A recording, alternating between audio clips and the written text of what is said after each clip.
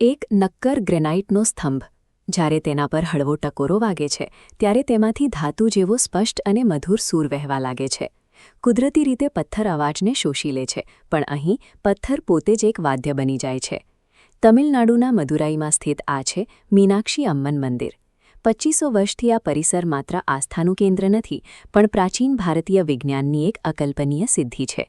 આજના ઇજનેરો જ્યારે આ સ્તંભોની તપાસ કરે છે ત્યારે તેઓ જુએ છે કે દરેક પથ્થરની અંદરની ઘનતા અને પોલાણ એટલી સચોટતાથી કોતરવામાં આવ્યા છે કે તે ચોક્કસ ફ્રીક્વન્સી પર વાઇબ્રેટ થાય છે.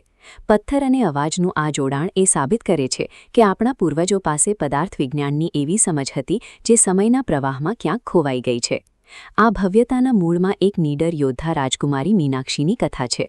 રાજા મલાઈધ્વજની પુત્રી તરીકે જન્મેલી આ કન્યાના જન્મ સમયે 3 સ્તન હતા.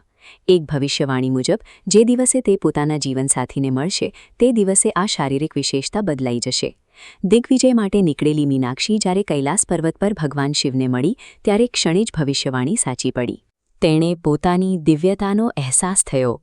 મદુરઈનું આ મંદિર શિવ અને મીનાક્ષીના એ દિવ્ય મિલન અને લગ્નનો સાક્ષી છે, જેની સ્મૃતિમાં આજે પણ હજારો ભક્તો મસ્તક નમાવે છે.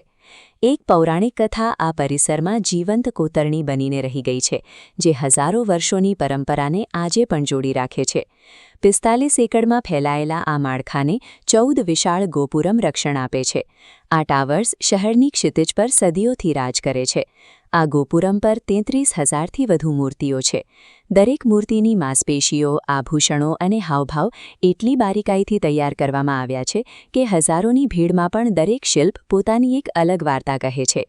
પરિસરની મધ્યમાં આવેલું સોનેરી કમળનું તળાવ તેના ભૂમિતીય આકાર અને શાંત જળને કારણે મનને એક અદ્ભુત સ્થિરતાનો અનુભવ કરાવે છે. અહીં પથ્થરની હરેક હરોળ અને કોતરણી એ સમયના શિલ્પકારોના અથાગ પરિશ્રમ અને કળા પ્રત્યેના સમર્પણનો પુરાવો છે. મંદિરમાં 5 એવા સમૂહ છે જે મ્યુઝિકલ પિલર્સ તરીકે ઓળખાય છે. આ સ્તંભોમાંથી કર્ણાટકી સંગીતના સપ્તસુર નીકળે છે. આ કોઈ અકસ્માત નથી. શિલ્પકારોએ ગ્રેનાઇટ પથ્થરને અંદરથી ચોક્કસ પ્રમાણમાં પોલો કર્યો છે.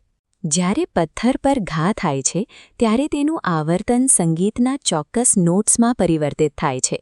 આધુનિક મશીનરી કે ફ્રીક્વન્સી એનાલાઇઝર વગર માત્ર છીણી અને હથોડીથી પથ્થરમાં આ સ્તરની ચોકસાઈ લાવવી એ એન્જિનિયરિંગનો એક અત્યંત જટિલ નમૂનો છે.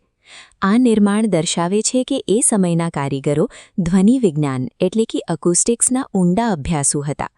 સ્થાપત્યની આ ભવ્યતા વચ્ચે ગર્ભગૃહની અંદર પ્રજ્વલિત દીવાઓ અને મંત્રોચ્ચાર એક એવી ઊર્જા પેદા કરે છે જેનો અનુભવ કરવા દરરોજ હજારો શ્રદ્ધાળુઓ અહીં આવે છે. આધુનિક શહેરોના કોન્ક્રીટના માળખામાં આપણે ઘણીવાર જે શાંતિ અને ટકાઉપણું શોધીએ છીએ તે આપણા પૂર્વજોએ સદીઓ પહેલાં આ પથ્થરોમાં કાયમ માટે કંડારી દીધું છે.